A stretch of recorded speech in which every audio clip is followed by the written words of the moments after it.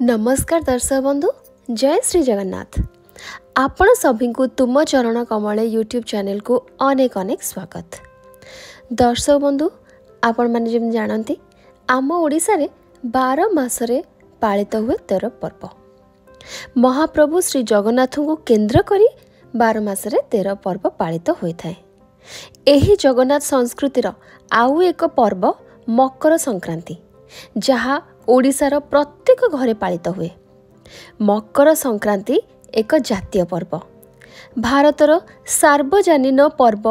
मात्र आम ओडिशार महाप्रभु श्री जगन्नाथ को केंद्र करिकी मकर संक्रांति बा जहाको परक्षरे उत्तरायण पर्व बोली कहा जाय थाए। महाप्रभुଙ୍କର उत्तरायण वंदावना श्री मंदिर रे अनुष्ठित होइथाए, तेणु एहार अन्य नाम मध्य उत्तरायण। मकर संक्रांति ओडिशार गोटे प्रमुख पर्व।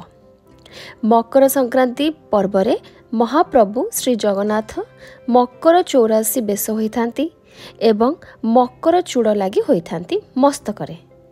मकर संक्रांति दिन ओडिशार प्रत्येक घरे मकर चाउल प्रस्तुत करा जायथाय, जहाँ ओडिशार एक स्वतंत्र खाद्य बा भोग बोली आमे कहि परिबा।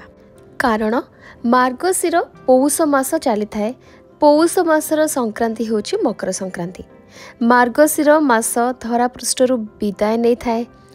पौष मासर संक्रांति रे मकर संक्रांति बा उत्तरायण बा जहाकू उत्तर भारत रे लोहरी बा लाखरी कहा जाए, आउ दक्षिण भारत रे पोंगल पर्व भाव रे जहा अति आडंबर सहित पालित हुए। सेही दिन ओडिशा रे समस्तक घरे मकर चाउल प्रस्तुत करा जाए। मार्गशीर मास परे जेतेबेले धान अमल होई आसी थाए, खळा को नुआ धान नुआ आखुरु प्रस्तुत करा जाय थाए नुआ गुड़, आ नुआ धानरु प्रस्तुत करा जाय थाए नुआ अरुआ चाउल। सेही अरुआ चाउल को राति सारा पानी रे भिजै रखी ता परे ताकू गुंड करी सेथिरे गुड़ बा चीनी, घी, क्षीर, छेना, अदा, गोलमरीच आ बहुत प्रकार फल जमिति कि कदली, सेऊ, अंगूर, डालिंब ए सब को पकई स्वतंत्र भावरे सुमिष्ट खाद्य मकर चाउल प्रस्तुत करी भोग नैवेद्य भावरे महाप्रभु श्री जगन्नाथंकर पाखरे भोग करा जाय थाए। मकर संक्रांति हेउची स्नेह, प्रेम, शांति, मैत्री, प्रीतिर गोटे पर्व। मकर संक्रांति दिन सूर्य धनु राशि एक मासर अवस्थान परे मकर राशि को प्रवेश करिथांती। आगामी संक्रांति पर्यंत एक मास धरी मकर राशि रे अवस्थान करिथांती। एही मकर संक्रांति थारु साधारण ओडिया ढगटी अछि, दिनर बकर हुए, अर्थात दिन बढ़ी थाए, माने बड़ होई थाए, राति छोट होई थाए, शीत मध्य कमी जाय थाए। कारण सूर्यंकर उत्तरायण गति आरंभ होई थाए। विश्वास अछि आ हमर वैदिक पुराण मानकर मध्य वर्णित अछि, सूर्यंकर जेतेबेले उत्तरायण गति आरंभ हुए सेतेबेले समस्त प्रकार हिंदू सनातन धर्म रे शुभ कार्य करा जाय थाए। गृह प्रतिष्ठा थारु आरंभ करी बाहाघर, व्रत घर, विभिन्न प्रकार मांगलिक शुभ कार्य सूर्य देवतांकर उत्तरायण गति समय रे ही करा जाय थाए। एही 6 मास धरी समस्त मांगलिक कार्य अनुष्ठित होई थाए। आहुरी मध्य विश्वास अछि सूर्यंकर उत्तरायण गति समय रे जदि केही मृत्युवरण करे तेबे से मध्य मुख्य फल लाभ करे। एही सबु शुभ कार्य अनुष्ठित होइथाए सूर्यंकर उत्तरायण गति बा मकर संक्रांति ठारू। तेणु एही दिन स्नान, दान, जप, तप, यज्ञ जहाँ किछि करा जाए सबु किछि शुभ फल प्रदान करिथाए। सेथि पई ओडिसा रे एहाकु मकर संक्रांति भावरे, उत्तर भारत रे लोहरी भावरे, दक्षिण भारत रे पोंगल भावरे एवं केउ केउठार ताकू माघी भावरे मध्य माघ मेला अनुष्ठित करा जाय थाए। भारतर विभिन्न जगार विभिन्न भावरे एही पर्वटी को पालन करा जाय थाए। मात्र आभिमुख्य गोटे आ लक्ष्य मध्य गोटे। केउठी खेचुड़ी प्रस्तुत करा जाए, केउठारे पोंगल प्रस्तुत करा जाए, केउठारे मकर चाउल प्रस्तुत करा जाए। जेहेतु शीत कमी कमी जाए थाए मकर संक्रांति पर ठारू, तेणु आयुर्वेद अनुसार आम शरीर गुरु पाक खाद्य ग्रहण करने पाई उपयोगी बोली विवेचना करा जाए।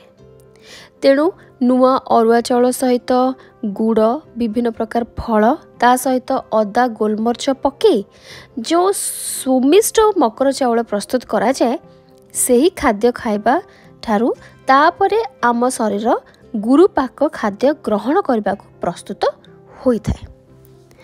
तेणु मकर संक्रांति होची एक विशेष दिन।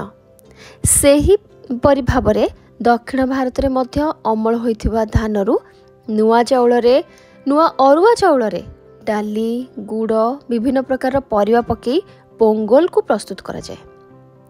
उत्तर भारत पटरे मध्य खेचुड़ी को प्रस्तुत करा जाए थाए विभिन्न प्रकार परिवा पका जाए। आहुरी मध्य विश्वास करा जाए जेहेतु शनि देवता होचंती मकर राशि स्वामी बा अधिपति, तेणु शनि देवता को तिल बा राशि अर्पण करिवार विधान रही। तिल बा राशि अर्पण कले शनिदेव संतुष्ट हुअंती बोली विश्वास रही। सेथिपाई मकर संक्रांति दिन राशि एवं गुड़े प्रस्तुत राशि लड्डू को मध्य भोग करा जाय थाए। आहुरी गोटे विशेषत्व रही मकर गुड़ीर।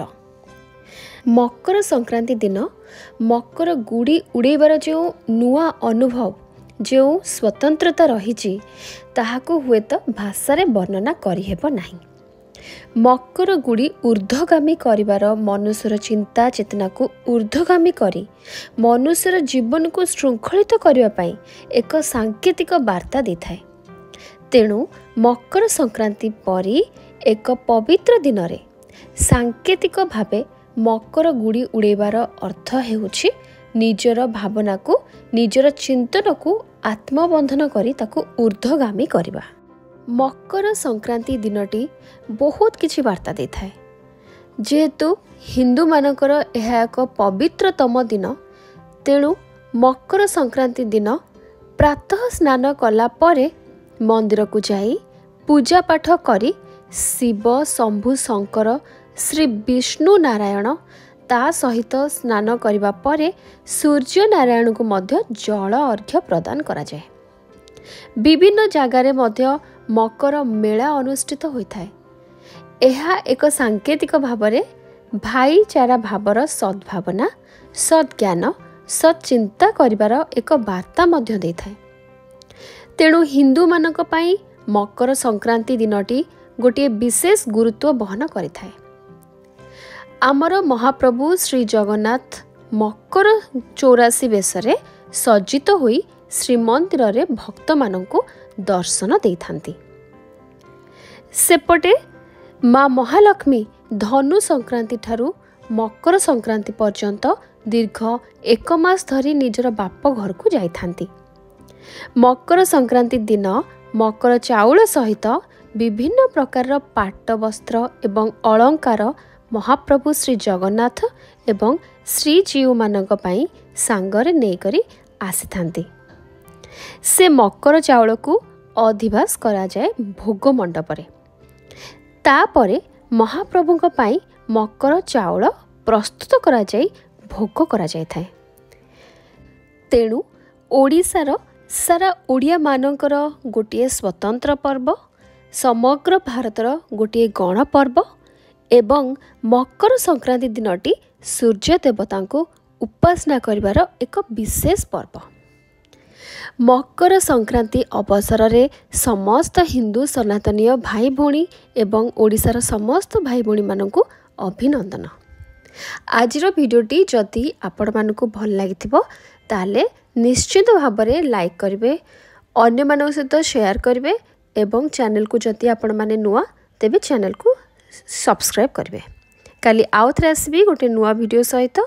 रहिली। जय जगन्नाथ। ओम नमः शिवाय।